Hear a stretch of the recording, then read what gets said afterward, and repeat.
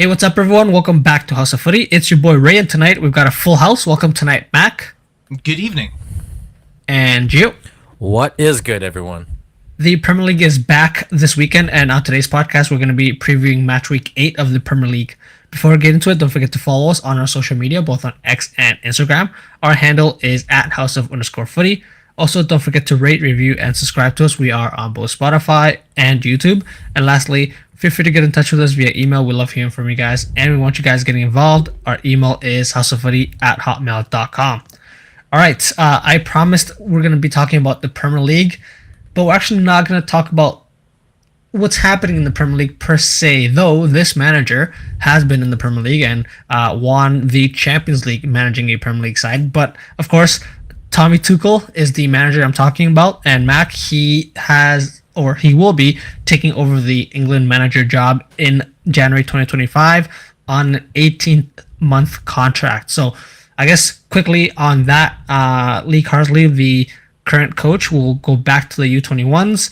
And this comes a little bit of a surprise, I would say, considering that Thomas Tuchel wasn't necessarily a international manager that we had envisioned. I think it's fair to say, Mac. But what were your overall thoughts on disappointment over the last couple of days?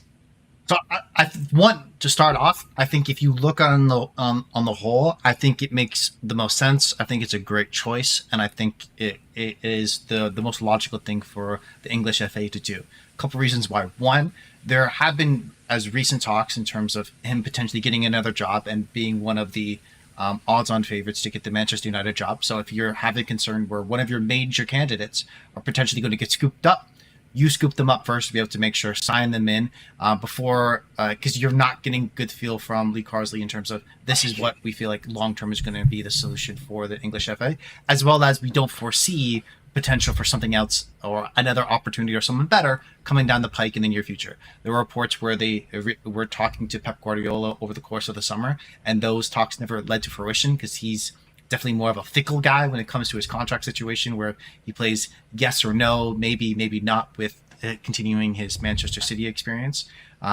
So in the meantime, you don't want to kind of punch a gift horse in its mouth. And you want to be able to take what the best option available at the moment. And for me, Thomas Tuchel fits that bill. He has pedigree. I think I saw a stat where in terms of a cup round competition, his winning percentage is the second highest of any current manager across all Big Five European leagues. And that's at 73%, which is only behind Pep Guardiola at 78%. So, which, if you're looking at international competitions, cup style is a one-to-one match there in a lot of cases. So he has good judgment, he has good management, and I think the step up over Southgate is where that in-game tactical difference, where you can see that he would have been out-coached in some matchups. Most famously, I think in regards to the Euro, I think it was the 2020 final, if I remember correctly, against Italy. Italy were not the better team, but they were out-coached and were able to find England's weaknesses, and which is why I feel like at the end of the day, England didn't go on to win that game. So in terms of pedigree, check. In terms of tactical prowess, check. So for me, there was no situation where I saw this as a loss. The only downside that other people have thrown onto it is that he is not an English manager. And you've talked in all the other big nations in terms of the footballing world, Brazil, Argentina, Germany, Spain, Italy, every single one of their coaches throughout their history is from their own country. So the question is, why hasn't England been in a position to kind of lift up these English coaches to put them on the international stage at the same time be successful? I don't think if you're the English FA, you're worrying about that right now. You just want to win, and you'll do whatever you can to get that. And hopefully that can help build everybody else up, because you have done a lot of structural changes in terms of how you want to be able to coach coaches and players. But as of yet, it's not led to fruition an international job. So for me, I see that argument of why you want someone that's English. But for me, given the separation of talent between him and whatever English manager is available right now, I'll take it. Exactly. And I guess my question to Gio was, of course, he's not English, but is he the right man for the job, in the sense that very much like the U.S. men's national team, they appointed Mauricio Pochettino, grabbing a manager from the club football world and bringing him into the international stage, do you think that's going to be the right fit, especially because his contract is really 18 months, and I think the main goal is the World Cup, right? So, Gio, quickly on your thoughts on that. Honestly, it's a fantastic tester, and this whole and I'm just very wary and just tired of what these former player slash pundits, particularly the Jamie Carragers and the Gary Neville's have to say about that it's not an English manager. Shut up, bro. Shut up. Sven Goran Eriksson wasn't an English manager. He was actually the first to lead the England side who wasn't English, and then Fabio Capello. Listen, I think this is all very unnecessary talk from anybody who doesn't believe in a foreign manager lead another country's side, because when the results are there, you're not going to be saying anything, right? You're going to say, oh, okay, maybe this is all we needed, the best coach out there currently, and he was the best coach out there currently, whether it be club side or English side. He was the best option out there. You can argue, depending on what you'd like to see in terms of football, it may be another coach, but it wasn't going to be an English coach. I'll tell you that for free. It wasn't going to be Graham Potter. If I had to pick Thomas Tuchel or Graham Potter, who are you really going to pick? Let's be very honest here. You're going to pick someone with experience, who's gone out there and won Champions League, who's coached in England, which means he understands the English game. He understands what, he's seen English players in and out of every match, every training session. He knows what they like to do and what they don't like to do. So I think, in terms of option, I think he's a fantastic option with, pedigree and as well experience in terms of winning. Right. So, hey, we're definitely going to be covering his every move when he does take over that job. But of course, breaking headlines, we had to cover that before we started our podcast. But let's finally get started on this week's or this weekend's preview. And Gio, I'm going to have to toss it to you. Of course, we're talking about Premier League title contenders Liverpool. They will be taking on Chelsea this weekend. And of course, this game is the start of one of the toughest runs of games for Liverpool. Over the next month and a half to 2 months, they'll have a quite a tough schedule, and this is, I guess, a very interesting matchup to start that run off of. Of course, these two teams tied 1-1 last season at Stamford Bridge, while Liverpool beat Chelsea 4-1 at Anfield, and then of course Liverpool beat Chelsea in the EFL Cup final last season. With that being said, though, big personal changes coming up with Alisson. He's going to be missing for Liverpool until the end of next month, whereas Wesley Fofana and Marco Corella are both suspended through accumulation of yellow cards 7 weeks in. So, Gio, how do you see this game playing out at Anfield? Look, I think, again, we talked about this a couple of weeks ago in terms of, who's actually the title favorite, and my title favorite was actually Liverpool. And this begins a string of a tough 8 games for them, and I think if anything, this is more pressure on Chelsea, because this there's been a string of Chelsea games where there's been nonstop scoring. Cole Palmer has been the talk of the town. He's getting compared to Jude Bellingham again. He's getting compared to all these other players that we wouldn't even have thought to even compare him to. Do I think they're fair comparisons? No. Do I think he's done enough to even be compared? No. But he is scoring. I'll give him that. He's doing his job. I think Chelsea or Chelsea players lose this game and say, oh, and then all the fans start talking. Then all the the Twitterverse or the Instagramverse starts talking. Yes, they were fake. They're just beating up on smaller teams. They're not that. They're not built for the limelight yet. Against these bigger clubs. So I think more of the pressure is going to be on Chelsea to, in terms of how they're going to outperform a Liverpool side who, again, Arne Slot has come in and kind of seamlessly integrated himself. Not expect too much from his players. Not demand too much change, and allow these Liverpool players to, still play the same way, because there weren't many changes being made over the summer, but just slowly integrating himself, and the players feel comfortable with that and have bought into what he has to say. So I think, all in all, I think Liverpool have a very good chance of squeezing out a win. But if they do squeeze out a win, it's going to be a low-scoring affair to all you soccer fans who love seeing goals. It might be another one of those Liverpool Crystal Palace. Liverpool squeezes it out, a 1-0 win. Yeah, if you guys are watching us on video, I'm just scratching my eye, even though I guess you guys could be confused of me crying because of how Gio is bigging up Liverpool ahead of this game. I, though, feel a little bit more cautious in the Liverpool fan end, because there's going to be an interesting matchup here. And Gio already talked about, of course, Cole Palmer, 6 goals, 5 assists in the Premier League so far this season. With Liverpool, I think the main concern for them, I think it's fair to say, Mac, is they don't have a out-and-out center defensive mid in the likes of Fabinho that Liverpool had previously. Of course, Endo's in the squad, but I don't think he'll start this game. And so if Cole Palmer gets that free role, that's got to be the way Chelsea look to hurt Liverpool. So, Mac, do you sort of agree with Gio there that Liverpool should win this game, but should be also wary about how Chelsea can expose them in those positions? So for one, just to start off, absolutely Liverpool are the favorites going in this game. They should be the favorites. They're playing at Anfield. In regards to like recent fixtures against these two teams, Liverpool are unbeaten in the last 6 games against Chelsea. If you go back to their last, I think it's 19 games, they've only lost 2 in the Premier League against Chelsea as well, having won 7 and drawn 10. So odds on, they should be the favorites. They are the favorites. However, I think I don't want to downplay necessarily as much in regards to what Chelsea can bring to the table, especially in transition. It'll be very interesting to see how Liverpool are able to break down Chelsea's midfield.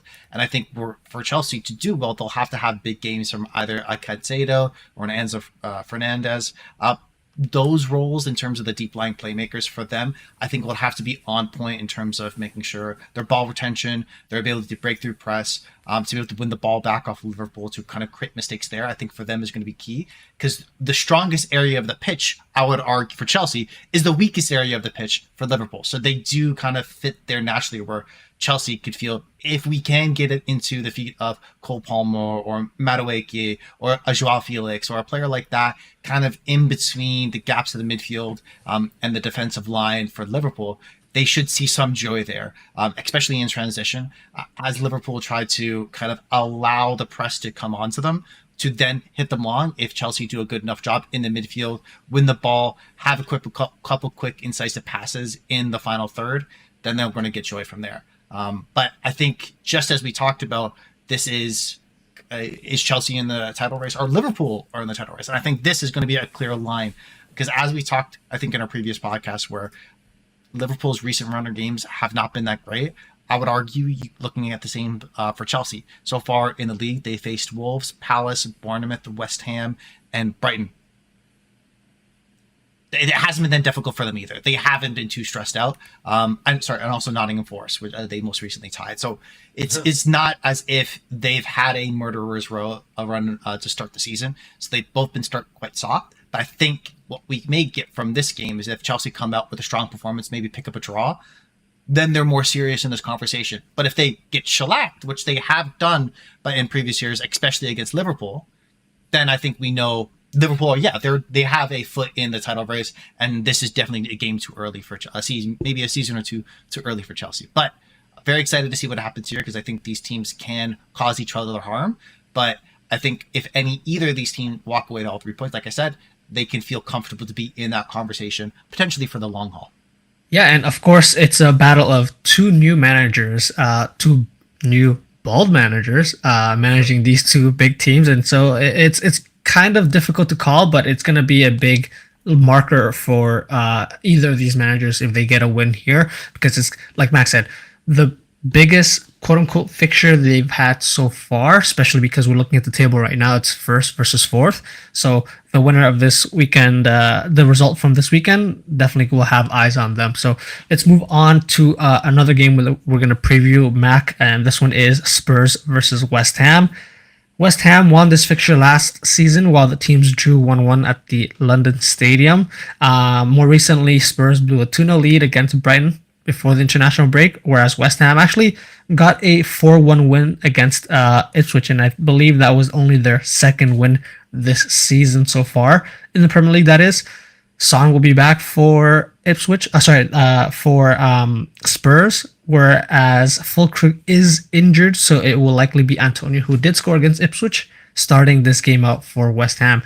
Kind of hard to tell, but it sounds like the bad thing for both teams is it's a must-win game. Both have had up and down starts to this season, and really this could be considered another London derby, and we could get some more action here. So what do you think? How do you think this game will play out, Mac?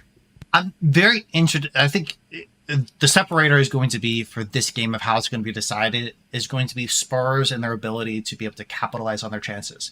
Because if you look at Spurs from an analytical perspective, they do a whole lot of things very, very well. If you look at, and I know I like to go, one of my favorite stats is when you're looking at expected goal difference per 90. So the expected goals you score for minus the expected goals you're going to be against, average it out per 90 minutes through the course of a full game. And Tottenham, if you average it out, are actually second in the league at 0.96 expected positive goals per 90, whereas West Ham are 12th at actually negative 0.07. So they're more likely to concede a goal every 90 minutes, more like than to kind of score. So it's about the ability to take chances for Spurs for me. So they're second on there. However, they're only ninth on the table. So what's the difference? It's because they give up too easy of chances in a lot of cases, and allow their opposition to score better than they should. At the same time, when they're in the final third themselves, when they do create opportunities, they're not clinical enough. Whereas West Ham, I think their whole game plan is where if they can maybe create one or two very high likelihood of scoring opportunities themselves, they're going to do their best to capitalize on that. But so far this season, they've been too much of a leaky bottom at the back, and that's caused them a lot of issues. So for me, I think what's going to be the difference between these two teams is where if Tottenham come into this game, and even though in their previous game against Brighton they started off with a 2-0 lead, ended up coughing it away and going on to lose the game. I think if Spurs are able to, in that same example, score that third goal, or in that case, after they get their 2-goal lead, do they change their system to be a little bit more defensive, make adjustments? I think that for me is going to be the difference, where Tottenham need to go in. If they do capitalize on a couple of their early chances, which they're bound to create, that should lead them to success and walk away with all 3 points. If they don't do that, that's going to open up kind of the pathway for West Ham, because their game plan is more set up to let it go for a longer time period where we may get a little bit of a muckier result. Because even though this team is now no longer under David Moyes, structurally speaking, in terms of how well they performed and how they've tried to play, there hasn't been too dramatic differences for me. So I think you're still waiting to see that next evolution. And in this game, they just want to be able to come out to get something out of it. So overall, like I said, I think Spurs should be the favorites, should go on to win this game based off their tempo, based off their play style. But if they don't put their chances away early and as often as they need to, they're going to find themselves in a similar hole as they did in previous weeks. Yeah, and it's a thing that's said often. The first goal will really determine the game and how it goes. I think, though, in this game, it's going to be hard to tell, because we've already seen Spurs blow a 2-0 lead in the game before the international break, which I'm sure, Gio, you very much enjoyed. But also West Ham, like Mac, you've pointed out that they are very leaky in defense. And so even if Spurs or West Ham go on a 1-0 lead or even a 2-0 lead, it's not going to be set and done, I think, unless each team can dominate possession and set sort of their dominance against the other team. And it's really going to be who can stay on top the longest, I think, in this game. And so, Gio, same question for you, I guess. Must-win game kind of for these two teams. What do you think is the separator here? Separator is who makes the last mistake last, is because, again, I'm expecting, much like the Brighton game that Spurs played, is a lot of goals. Jared Bowen's going to get his chances. Mikel Antonio's going to get his chances. These guys live for open play, and Spurs is going to offer that, because like we've seen against Brighton, even against Man United, Spurs, Mickey Van de Ven loves pushing up. Their whole line likes pushing up. And you know, again, so do Spurs. They play that high line. You're gonna expect goals from them. This will be a back and forth battle, and I think much again, like I said earlier on, it's gonna be a goal fest with Son back. Obviously, first game back.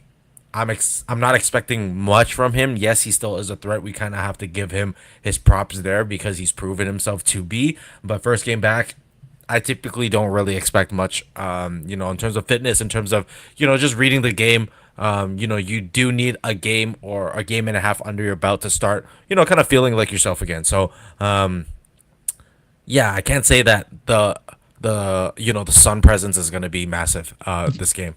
Exactly. And for Spurs fans, I think they're going to very much need that, especially because this season we've already had 2 international breaks and we have another one in a couple weeks. Something that I'm not particularly fond of, but it is what it is. And we'll see what happens. But let's take a quick break here, guys. We'll be back covering some more or previewing some more of the upcoming action taking place this weekend. So stay with us, guys. Welcome back to Awesome Footy, guys. We are going to continue our podcast now, previewing the Fulham versus Aston Villa match taking place this weekend. Gio, we've already touched on how Aston Villa have had a great start this season throughout the first 7 games, but also we ended off last podcast or last Premier League covering podcast saying and giving props to Fulham, who really played very, very well against Man City. They were, I think, unlucky to have lost it so late, but there were signs there that they can make that step up and be like Aston Villa this season and sort of push for those European spots. So with that being said, do we think this could be a game where Emil Smith-Rowe and Jimenez cause an upset to this Aston Villa side that started the season so well? What do you think, Gio? First and foremost, I'd like to just say I hate you for not mentioning Andres Pereira in that group of players. Mac loves...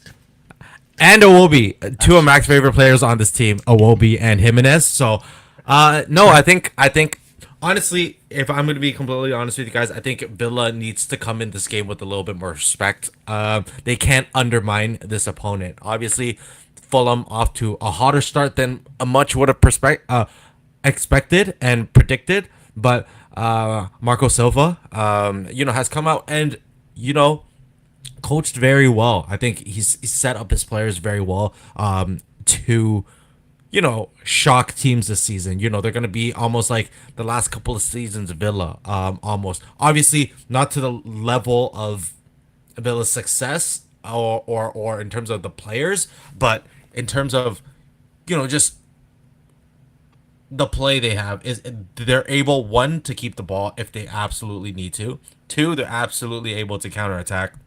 So I think they're dangerous on both ends. Now, can they shore up their backline? Can they shore up their midfield? Absolutely, there are opportunities there. But, they're a team that's just getting going. And Villa, the worst mistake that they could do is come into this thinking that it's going to be, a walk in the park. Because that's what happened to City, and they conceded first. Granted, they did win. I think it was 3-2, was it? Yep. They did end up winning 3-2, but they let up a late one as well. So obviously you can't compare Villa to City. So if you let up a late one, have you guys been in those situations where you guys can kind of shut it down again, or is it going to get shaky a la Spurs? Yeah, a very interesting matchup here, Mac, because something that maybe a lot of people overlook is Aston Villa have Champions League commitments midweek, and with injuries piling up already, I think no Jam again, Eric Kanza and Onana are doubts for this game. They could feature, but maybe Emery has an eye out for Bologna midweek, and if that's the case, then a midfield of likely Tielemans and Ross Barkley could be what's facing Fulham, who have, like you mentioned, Andres Pereira, Sander Berge, and of course former Arsenal player Emil Smith-Rowe. This might be an interesting one in terms of midfield battle, but in terms of the offense, Mac, I think none of us can deny John Duran has had a great start to the season as well. Could he maybe make a case to be a starter from this game? How do you see this game playing out? So that's the thing we've missed. I feel like we've missed so far is the conversation for me right now with Aston Villa. It starts and ends with John Duran in terms of all the excitement. I think he scored over the international break as well for Colombia and their 4-0 win against Chile. So he's had a phenomenal start to the season.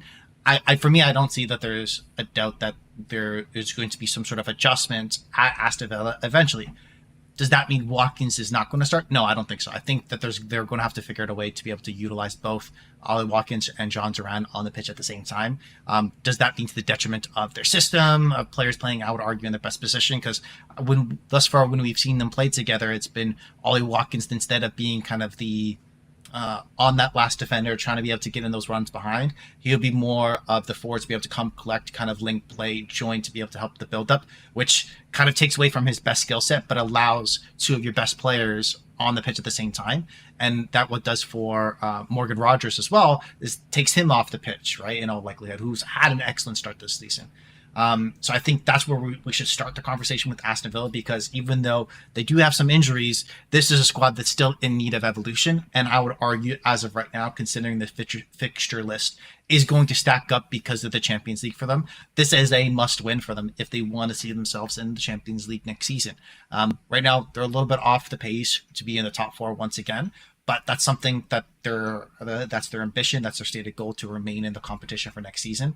And unless they plan to win the Champions League, which I think is unlikely, they need to finish in the top four. And for me, this type of game is vitally important. Whereas if we look on the other side for Fulham, they're right now 8th in the Premier League, which is quite good for them, and considering that they've already had to play Manchester City and a couple other games that are quite tough. I think they also played against Manchester United, which maybe people argue is not that tough, but neither here nor there. I'm just saying. People may argue. I'm not making any arguments here.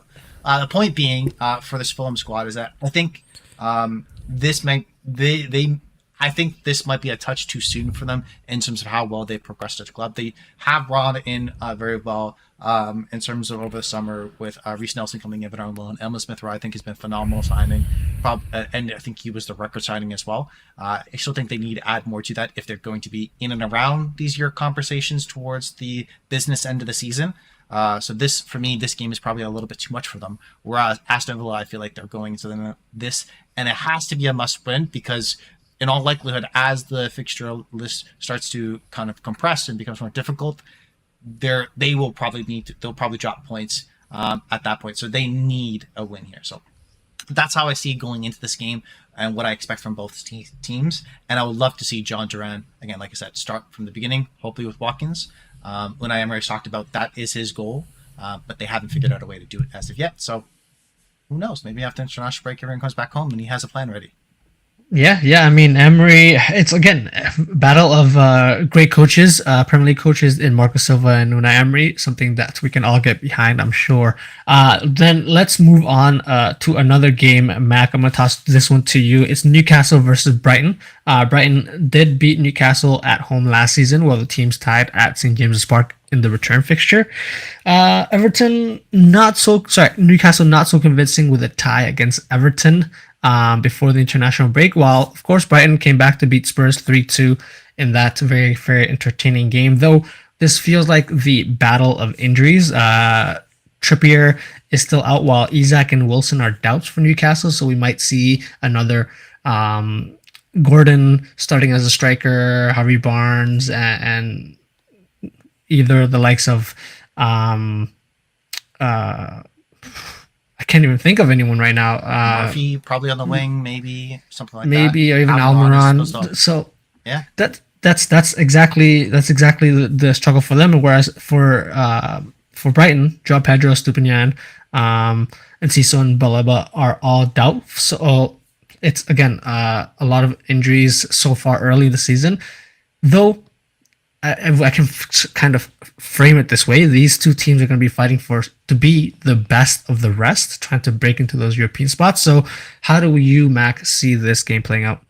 I actually see this is going to be for me. I think this game is a great opportunity for Newcastle, even though I would argue Brighton did come out of winning against Spurs. And over the last couple of games where they faced Chelsea, Nottingham Forest, Ipswich, and Arsenal, I felt like they haven't played well defensively thus far this season. Under the new management, they have been even, I'll say, more expressive, more offensive, more kind of gung-ho in terms of trying to attack, get on the front foot, get at their opponents, high press as much as possible, and it's kind of left them in the position where they do leave a lot of space in and behind them. Where for a Newcastle team thus far this season, they've only scored 8 goals. If you're looking at the top half of the table, that's the least amount. I think this may be an opportunity for them to start kind of break out a little bit and kind of get in their groove where Brighton, their system is kind of set up where, oh yeah, we're going to kind of give you the opportunity to cook us, but we're going to anticipate that we can cook you more. It's very similar to, let's say, another basketball analogy, which we always love to do, is like the 7 seconds or less Phoenix Suns, where they're just trying to keep the game pressing, keep the game moving as consistently and as fast-paced as possible. That's what Brighton like to do. But that should allow Newcastle, where they have let's say, stumbled over their own feet in some cases, a la Anthony Gordon misses penalty against Everton. Love to see that.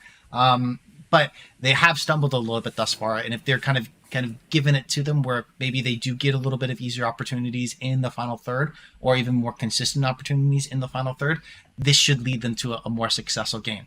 And allow them to then focus more on defensively. The record has been quite good this season. So as long as they're solid there, they should be given a good enough opportunities in the final third by Brighton and just the nature of the system. So maybe this isn't a game where you're as too worried about missing a Alexander Isak or Callum Wilson because you're getting the abundance of opportunities. Your forwards, whomever it may be in this game, should be in better position to at least bag in a couple of the goals as long as you're strong enough defensively. So I actually think this is a great opportunity for Newcastle, and I'm looking for them to pick up a result here.